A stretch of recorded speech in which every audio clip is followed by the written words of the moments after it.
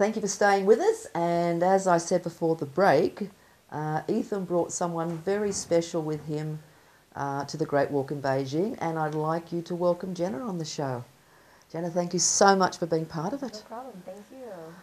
Gosh, two Survivor winners. Yes. I mean, you know, how much better does it get than a viewer who's watched all of them, and you're both here? Well, we could get 3.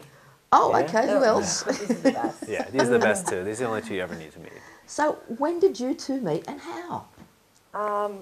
They actually used to have parties, big parties, after the finale that you see on TV. Mm-hmm. And they'd invite all the previous survivors to come and meet the new ones. Ah.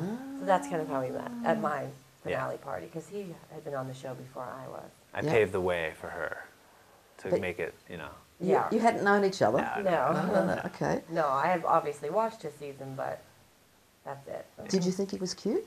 I did. I thought he was maybe a little boring. Did you really? I did. Why? Well, I was a little bit boring. I kind of. I was focused. Yes, I tend to like the more loud Survivor players. Like I thought I actually liked Brandon, the one that he got into a tiff with, and I like the ones who kind of tend to start a little bit of trouble because it makes for fun TV. And he definitely wasn't doing any of that. He was being a strategist. Yes, Okay. which I respect. So when you met him on the finale party from your Survivor number 6, Right. yeah, So I was like the queen that night.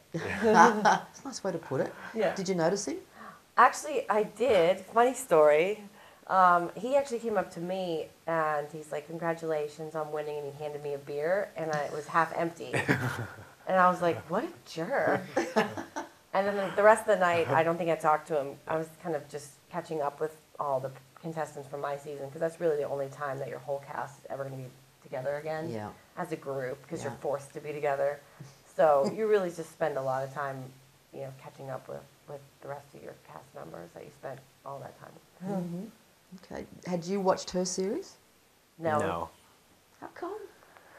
I mean, I don't know. It's just You've had enough of it. Yeah.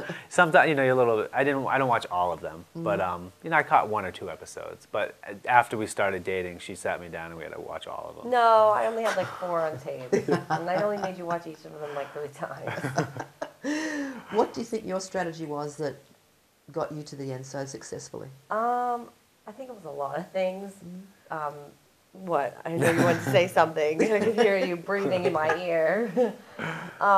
I mean, my season was very different than his, which is why Survivor is so great. You can play it 100 different times and have 100 different winners. Because they do so many different You're just pull things out of the bag, don't they? And you're just with different people. Like, you know, he was with people that really respected work ethic and were voting people out that weren't working hard.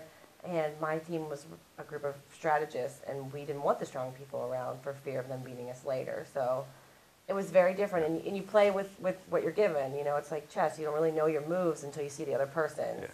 And that's kind of how it worked out. I really enjoyed my season. I really enjoyed the people I played with because they all had watched the show. And they were very knowledgeable, and I was very excited. It's great when you beat people who know what they're doing. Not saying that your season didn't, but I'm just saying by the time I had been on, everybody was that it was on my show wasn't there to be famous. They were there to play Survivor, and they had watched the shows before, and they were willing to do whatever it takes. And it was a hard road. Strategy. It wasn't easy because it was hard. They were very smart and sneaky.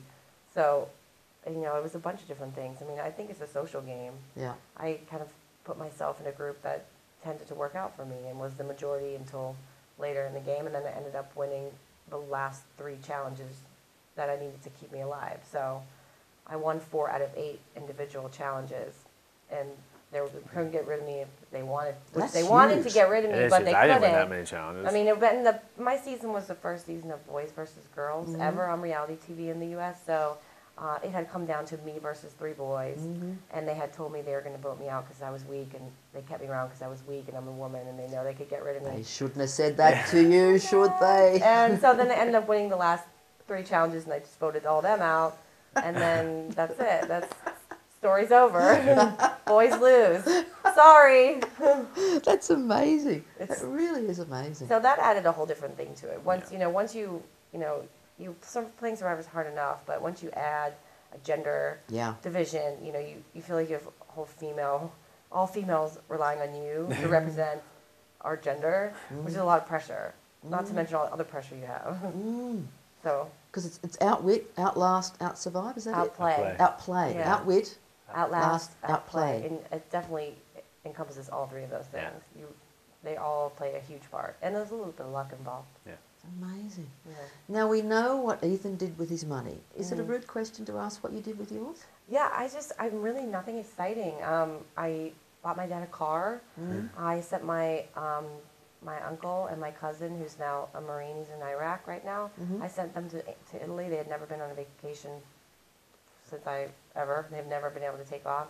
And then I just invested the rest. Really nothing too extreme or extravagant. I might have bought one ridiculous handbag that I never have used. Maybe two.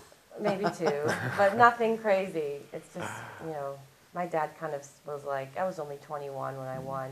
He was like, congratulations, thank you. And he took the check from me, and which was a smart thing to do at that time. It was a little much for me to deal with. But I mean, you're involved with, all your pet charities. Right, yeah. I do a lot of charity work. I've been doing a lot of animal work since I've been in high school.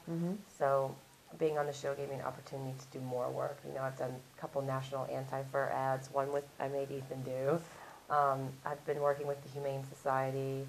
I've lobbied in D.C. to pass bills for animal rights. So that's all been a part of my life before Survivor. But after, I was just able to make a bigger impact, which is really the only, the good part. Okay, so animal welfare is your passion. Yeah, he takes care of the people, and then I take care of the animals. How perfect is that? Perfect, yeah. It kind of works out. That's just the way I'm always kind of been like the animal crusader. Yeah. When I was little, yelling at people on the street when I was a kid. You shouldn't talk to your dog like that. Oh, well done. Yeah, that's all my mom, and she was kind of big on that. Okay, how excellent. We'll take another break and come back for the last part of our conversation with the two of you, and we'll talk about the Great Walk to Beijing and your experiences. All right. Stay with us.